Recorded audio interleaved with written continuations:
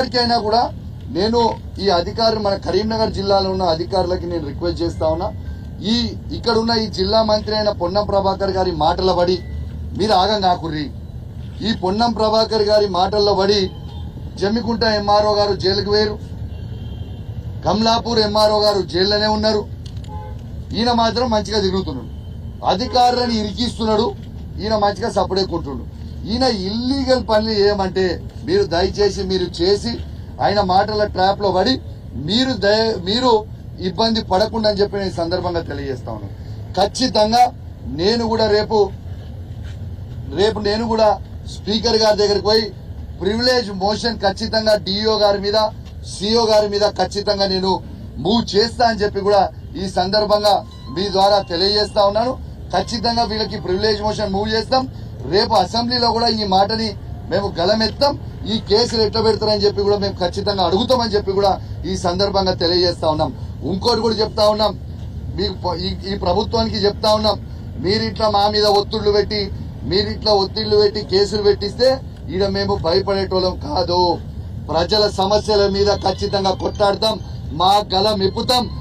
మీరు ఇచ్చిన 6 గ్యారెంటీలు ఇచ్చే వరకు మేము మీ వెంట పడతాం, మా గలం ఇప్పుతూనే ఉంటామని చెప్పి కూడా ఈ సందర్భంగా తెలియజేస్తూ, మీరు ఇట్లా మమ్మల్ని ఇబ్బంది పెట్టి మా బీఆర్ఎస్ కార్యకర్తలను కూడా ఇబ్బంది పెట్టాలనుకుంటే మేము భయపడేది ఏం లేదు. ఖచ్చితంగా మా బీఆర్ఎస్ పార్టీ కార్యకర్తలకు కూడా మా కరీంనగర్ జిల్లాలో కమలాకర్ అన్న నాయకత్వంలో ఖచ్చితంగా మేము గట్టిగా అండగా ఉంటాం. కమలాకర్ అన్న వినోద్ అన్న నాయకత్వంలో ఖచ్చితంగా అండగా ఉంటాం ప్రతి కార్యకర్తగా తెలియజేస్తూ సెలవు తీసుకుంటా ఉన్నాను. జై తెలంగాణ, జై కేసీఆర్.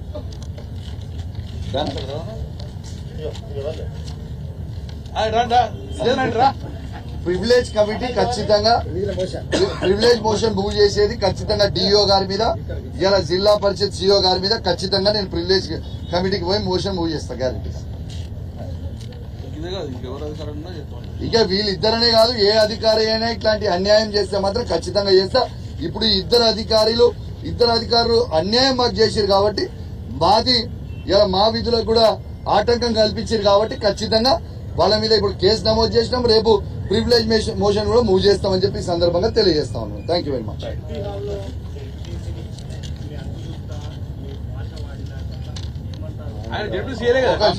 ఒక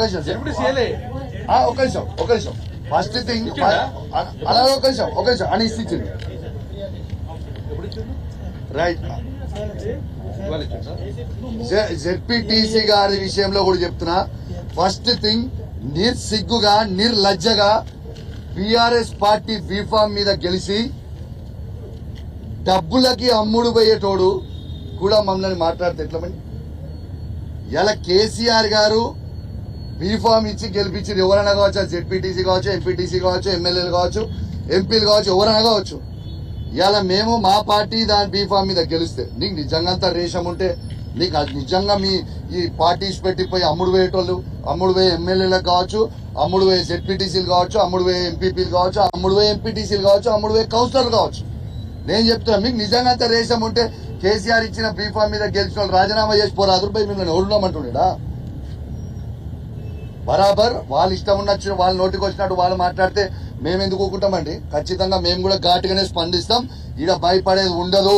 వాళ్ళేదో అధికార పార్టీలు ఉన్నాము మేము మా వాళ్ళని బెదిరిస్తామంటే ఇక్కడ భయపడేటోడు ఎవరు లేడు. ఇక్కడ చేతు గాజులు వేసుకొని ఉన్నోడు కూడా ఎవరు లేడు.